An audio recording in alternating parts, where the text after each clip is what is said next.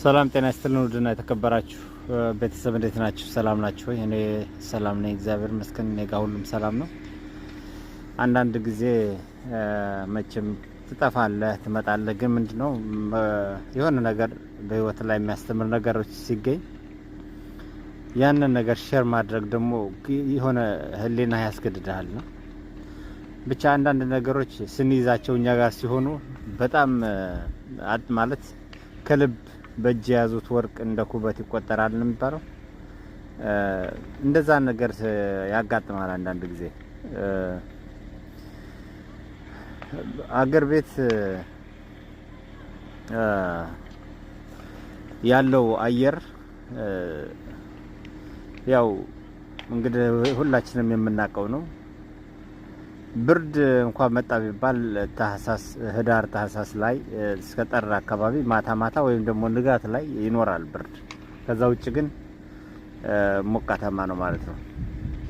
አሁን ደግሞ ያንን ስንኖር ወይ ብርድ ነው ወይ ሲቀዘቃዜ ወይ ውርጭ ወይ ምናምን ብለን በጣም እናማራለን፣ ወይም ደግሞ ፀሐዩንም በጣም እናማራለን።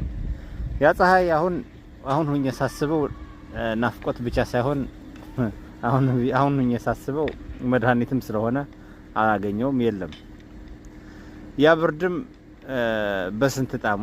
ምክንያቱም ያ ብርድ አሁን በዚህ ሰዓት ኖርማል ነው። እዚህ ሀገር በጣም ሞቃታማ ነው። የሀገር ቤት ብርድ እዚህ ሀገር ሞቃታማ ነው።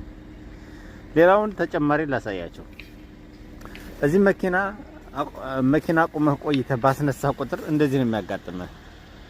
መኪናዋ ትደፈናለች፣ እንደዚህ አይታይም። በቃ መኪናዋ እንደዚህ ሁል ጊዜ ይሄው መኪናችንን ይዋጥ። አሁን ይሄ በረዶ ነው፣ በረዶ ሰርቷል። ይሄ በረዶ ሰርቶ ነው ይሄ። አሁን እንግዲህ እኔ እሷን በረዶዋን ለማቅለጥ እኔ እየጠበቅኩ ነው። አሁን ውሃ እየሆነ ነው፣ ውሃ እየሆነ ስላለ ነው እንጂ እዩትኝ። ይሄ አሁን እንደዚህ ብሎ እንትን ብሎ ነው የነበረው። ይታያቸዋል አይደል?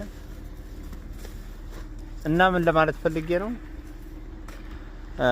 አካባቢው ጠቅላላ በረዶ ነው ያለው። አሁን መኪናዋን እንግዲህ አስነስቼ እየጠበቅኩ ነው፣ መኪናው በደንብ ግልጥ ብሎ እስከሚታይ ድረስ። አንዳንድ ጊዜ እንደዚህ ነው ማለት ህይወት። ሁሉም ነገር እንደፈለክ አይሆንም፣ ግን ያንን ያለውን ህይወት ግን እኔ ደስተኛ ሆኜ ነው የምኖርበት። ይህ ማለት ነው ከበፊቱም እያስታወስኩ አልጨነቅም፣ በአሁንም አላማርም ለማለት ፈልጌ ነው። በቀጣይ እንገናኛለን። ለማንኛውም እናንተም ባላችሁ ነገር ተደሰቱ። ሰላም።